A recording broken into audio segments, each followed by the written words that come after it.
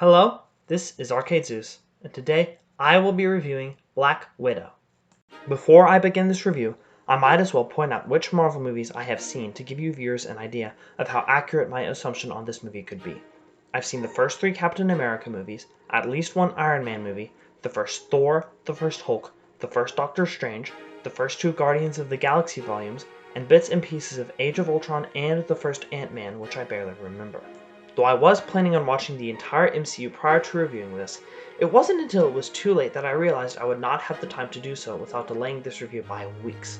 And since I'm already very behind with my reviews, as you can probably tell if you've been following my channel, I can't exactly afford to do that. Hopefully by the time Shang-Chi comes out, I will be all caught up with the MCU so this won't be a problem anymore, and that is my plan. However, just like in previous cases, I do not plan on going back and re-reviewing this movie once this finally happens, at least not at first. So take this review as it is, at least for now. Normally, I would begin my review by talking about the plot of the feature, but since I don't know enough about the MCU to understand what is going on all the time, I might as well start off by discussing the action scenes, of which there are plenty of, but also not nearly enough. For every intense action scene, there is always a long stretch of monotony that makes you wonder why they couldn't have just made the entire thing action-packed. It's as if the producers wanted to create an action movie, but only managed to make half of one, and didn't know what to do with the rest of the film from there, so they just decided to add in filler for it so the feature could be a reasonable 2 hours long as opposed to unrealistically much shorter. I know that this is most likely not how it happened, but it still feels that way because of just what little the movie has to offer during those moments between the action scenes. Thankfully, the action is far from disappointing. Whenever the movie is given a chance to show its true colors, it does so absolutely spectacularly.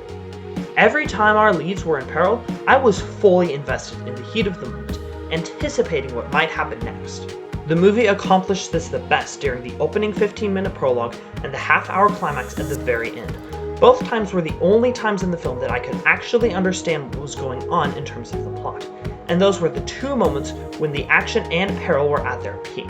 I just wish that the entire movie had been like this. When it comes to every other category of merit aside from the plot, which I have previously discussed very briefly already, the times when they are at their best are during the action scenes, and they are all painfully average at every other point in the film, with the only exception being the writing, which is fairly decent all the way through and sometimes even memorable. There are a few other things I would like to talk about very briefly before I cap off this review. The family dynamic between our leads is very touching whenever it comes up, and I enjoy how the parents encourage their kids to stand up for themselves and their family in times of need, even when they are very young. The villain is also very menacing during the climax when I am rooting against his evil plan.